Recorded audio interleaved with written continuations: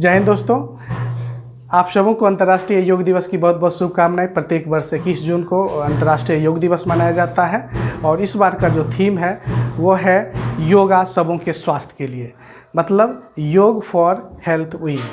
तो इसका मतलब क्या है कि हमें स्वस्थ रहना है तो योग करना होगा। और जैसा कि जानते हैं कि 2014 में जब प्रधानमंत्री संयुक्त राष्ट्र संघ की महासभा को संबोधित कर रहे थे 27 सितंबर 2014 को, तो वो अपने उद्घोषणा के समय, अपने संबोधन के समय ही उन्होंने इस बात का जिक्र किया था कि क्यों ना पूरी दुनिया के लोग मिलकर ऐसा निर्णय लें कि एक दिन ऐसा रखा जाए जिस दिन हम लोग योग दिवस के रूप में मनाएं। और उनका यह प्रस्ताव सभी देश के नेताओं ने सहर्ष स्वीकार किया और 11 दिसंबर 2014 को ही इस प्रस्ताव पर मुहर लग गया। लगभग 193 देश में लगभग 177 से ज़्यादा देशों ने इस दिवस को मनाने का फैसला किया और अभी तक के इतिहास में सबसे ज़्यादा बहुमत से इस प्रस्ताव को पारित किया गया संयुक्त राष्ट्र संघ के द्वारा। और तब से 2015 से योग दिवस मनाया जा रहा है। अगर हम लोग देखें प्राचीन इतिहास को, हमारे देश की सांस्कृतिक धरोहर को और हमारे देश की जो परंपरा है, तो पतंजलि नाम सुने होंगे। पतंजलि, उन्होंने जो भाष्य लिखा, पतंजलि ने योग सूत्र की जो रचना की, तब से लेकर अभी तक योग की परंपरा हमारे विरासत में है। ये पीढ़ी दर पीढ़ी आ रहा है। हम लोग योग करते हैं और योग के द्वारा अपने इस ऐतिहासिक जो धरोहर है उसको संजो कर रखे हुए हैं।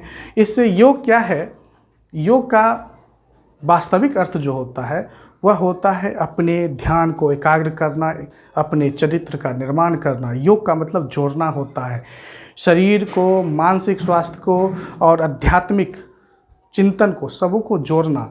तब जाकर शरीर में सुख शांति की प्राप्ति होती है। खास करके जो छात्र जीवन होता है वो तनावों से काफ़ी भरा होता है, उलझनों से भरा होता है। अभी जो अगर देखें तो हम लोग कोविड-19 के प्रकोप से जूझ रहे हैं, कोविड-19 की समस्या से ग्रसित हैं। बहुत सारे ऐसे भी लोग हैं जिनको कोरोना हुआ भी था, जैसे मैं खुद हूँ, मुझे भी हुआ था।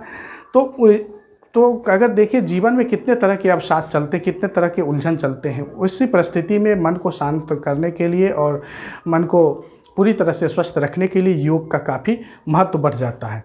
छात्र जीवन में अगर देखें तो एकाग्रता काफ़ी महत्वपूर्ण है। छात्रों के लिए कई प्रकार के योग हैं, जैसे कपालभाति, भ्रामरी, अनुलोम विलोम, उज्जाई, मंडूकासन, सूर्य प्राणायाम। इस तरह से कई ऐसे आसन हैं जिसके द्वारा वो अपनी एकाग्रता को बढ़ा सकते हैं, शरीर में रक्त परिसंचरण को बढ़ा सकते हैं और शरीर में रोग प्रतिरोधक क्षमता को भी बढ़ा सकते हैं। क्योंकि शरीर में अगर रोग प्रतिरोधक क्षमता होगा तो क्या होगा, हमारा शरीर स्वस्थ रहेगा और जब शरीर स्वस्थ रहेगा तो स्वस्थ शरीर में ही स्वस्थ मस्तिष्क का निवास होगा। इसलिए कहा गया है कि करो योग रहो निरोग। अगर हम लोग योग करेंगे तो निरोग रहेंगे।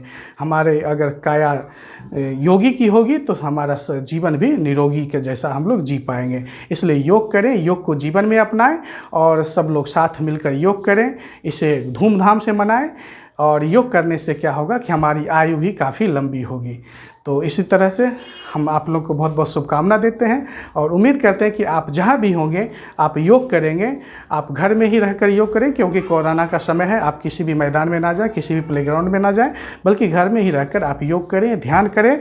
और जो आसन आपको आसान लगता है, जो आपके लिए सूटेबल है, जो आप कर सकते हैं, बहुत सारे वीडियोज उपलब्ध हैं, बहुत सारे स्रोत हैं, टीवी पर भी देता है, तो आप उन सब को देखकर आप सीख सकते हैं और योग करें, निश्चित रूप से करें। यही हमारी आपसे उम्मीद है और आप सबों को एक बार फिर से योग दिवस की बहुत बहुत शुभकामनाएं। धन्यवाद।